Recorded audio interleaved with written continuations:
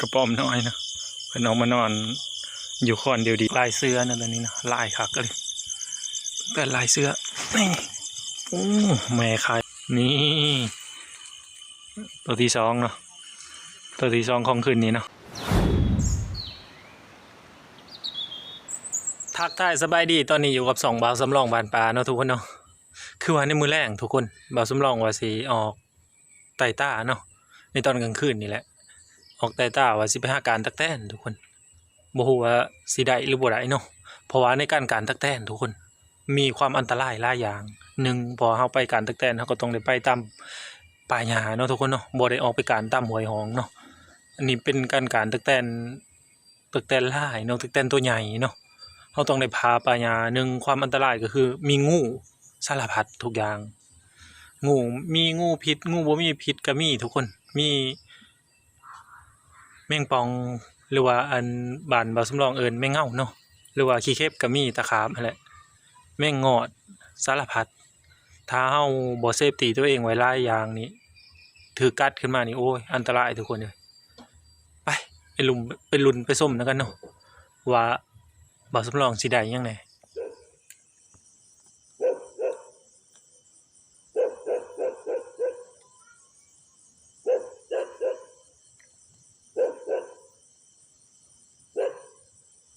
สบายดีทุกคนอยู่กับ2 บ่าวสำรองบานปลาเนาะมื้อนี้บ่าวสำรองออกไต่ต้าเนาะมาหาเลาะการแมงตักแตนทุกคนจุดประสงค์คนกาดร้ายได้ทุกคนเสียงคนห้องกันอยู่เนาะโหอยู่เนาะแต่บ่ฮู้ว่าสิมีหรือบ่มีเนาะบ่สำรองมาการแล้วคืนนี้ได้น้อยเดียวทุกคนแล้วก็กลับเนาะฝนตกก่อนแต่คนอื่นเข้ามาการเขาได้หลายทุกคนในการก็บ่ได้ง่ายทุกคนต้องได้มุนป่าแบบนี้ไปเนาะเราต้องได้ใส่เกิร์บบูทแบบกันเซฟตี้ตัวเองไว้นำเนาะเพราะว่าซั่นมันอันตรายทุกคนเพราะว่าในดงเนาะไปได้เลาะดุนแล้วกัน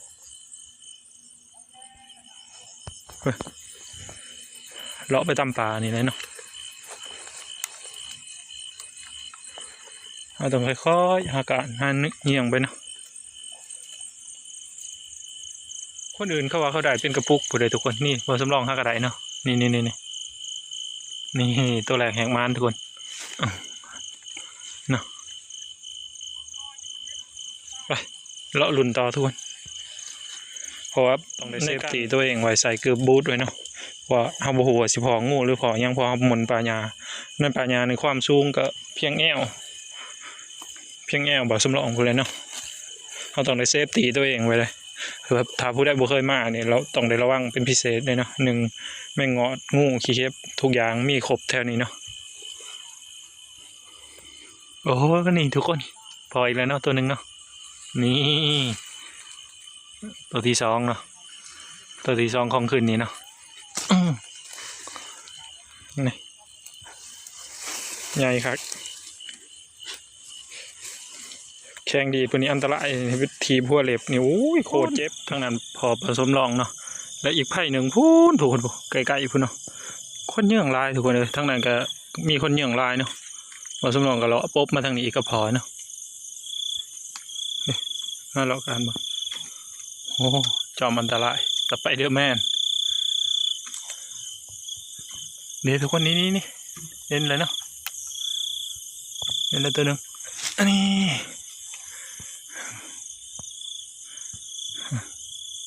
การตักแตนเนาะ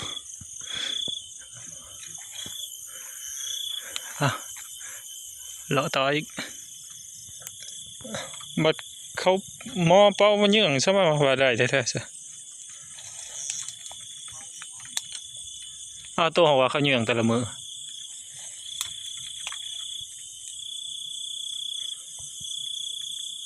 บ่เห็นทุกคนเลยโอ้โหนี่ตัวหนึ่งทุกคนโอ้แตนเคี้ยวเนาะโตใหญ่เลยมื่อท่านได้โป่งปีกสำเร็จนี่โตบางใหญ่เลยโอ้เก็บไปทีละโตเนาะพอเป็นตักแตนใหญ่โมเมนต์ตักแตนน้อยเนาะเป็นตักแตนน้อยอัน ตึกแตนปอกอยู่ก่อไผ่อย่างสิร้ายทุกคนเลยมีร้ายตัวนะ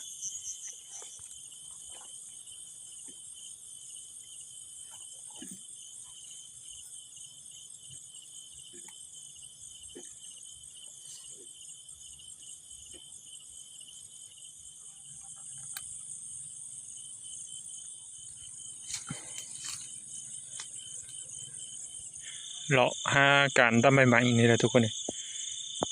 ก็มันสิบ่เห็นเพราะว่ามีหลายคนเยอะทุกคนบ่แม่นว่ามีแต่บ่สำรองเนาะหลายคนผู้นี้ผ่านไปแล้วก็ผู้นี้ต่อผู้นี้ผ่านไปแล้วก็ผู้นี้ต่อเพราะว่ามันบางคนก็ยังเอาไปเป็นสินค้าโอ้นี่ทุกคนนี่บางคนก็เอาไปเป็นสินค้าเนาะสินค้าคือเอาไปขายพอได้เลี้ยงชีพมันได้ซื้อขนมให้ลูกให้หลานเนาะนี่เก็บไปทีละตัวแต่สำหรับบ่สำรองนี่หามาเป็นอาหารซื่อๆหามากินเนาะ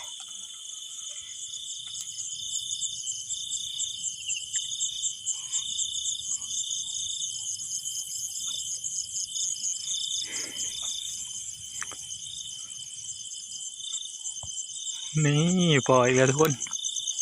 นี่ลายขักเลยเนาะโตวบักใหญ่นะบ่สำรองที่ตั้งให้ว่าบักลายเสื้อนั่นตัวนี้นะลายขักเลยแต่ลายเสื้อนี่โอ้แม่ไข่เต็มท้องเลยไปตรงนี้สังเกตขักๆเดี๋ยวทุกคนคำว่าสังเกตขักๆนี่บ่เห็นเพราะบางโตก็สีคือกันกับใบไม้เลยได้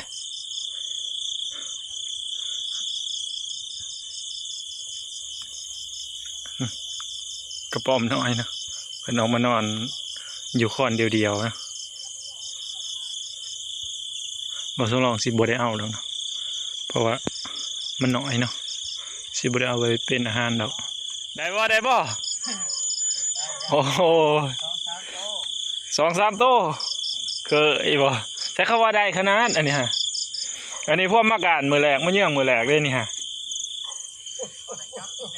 ทีมงานคนในบ้านทุกคนเพิ่นมาเลาะเยี่ยงคือกันเนาะเอากรุงเทพทุกคนใส่ได้ป่ะพวกกรุงเทพมันมาเยี่ยงตึกแตะนี่นี่โอ้ได้หลายเติบเลยเนาะโอ้เอ้ยโอ้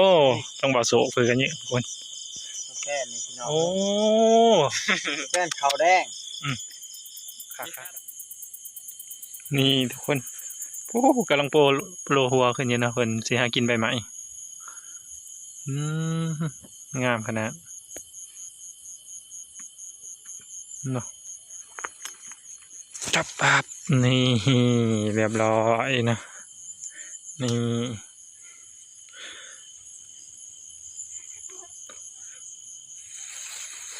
โอ้โหนี่ทุกคนตัวนี้บนท่านในปงปีกเนาะปีตัวนี้ปงแล้วนี่ตัวบางใหญ่นี่เนาะโอ้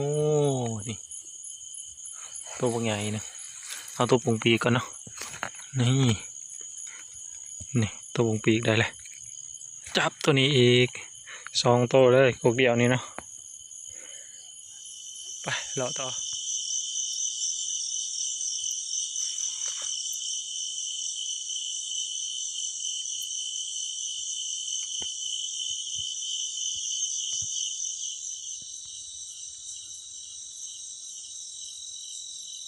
อกลางคืนก็ยังไม่ได้นอนทุกคนพากันเห็นหั่งเสื้ออยู่เนาะ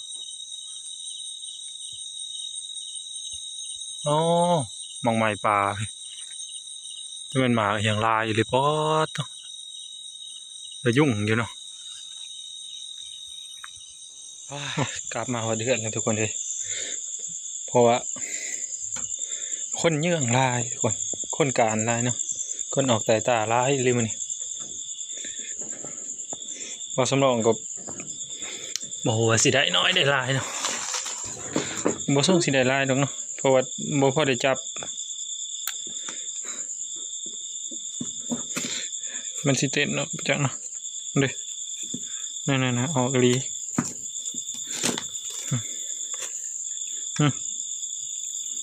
โอ้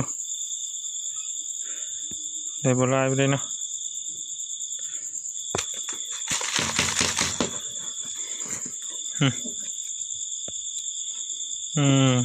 เราสำรองได้บ่ลายไปเลยคนการลายทุกคนคนเยื่องลายเนาะ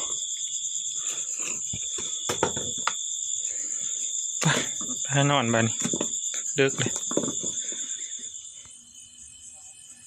สบายดีทุกคนอยู่กับ2บ่าวสำรองบานปลาเนาะมื้อนี้บ่าวสำรองออกไตต้าเนาะมาหาเลาะการแมงตักแตนทุกคนจุดประสงค์คนกาดร้ายได้ทุกคนเสียงคนห้องกันอยู่เนาะโหอยู่เนาะแต่บ่ฮู้ว่าสิมีหรือบ่มีเนาะบ่าวสำรองมาการแล้วคืนนี้ได้น้อยเดียวทุกคนแล้วก็กลับเนาะฝนตกก่อนแต่คนอื่นเข้ามาการเขาได้หลายทุกคนในการก็บ่ได้ง่ายนี่ทุกคนต้องได้มุนป่าแบบนี้ไปเนาะเราต้องได้ใส่เกิร์บบูทแบบกันเซฟตี้ตัวเองไว้นำเนาะเพราะว่าซั่นมันอันตรายทุกคนเพราะว่าในดงเนาะไปได้เลาะดุนแล้วกัน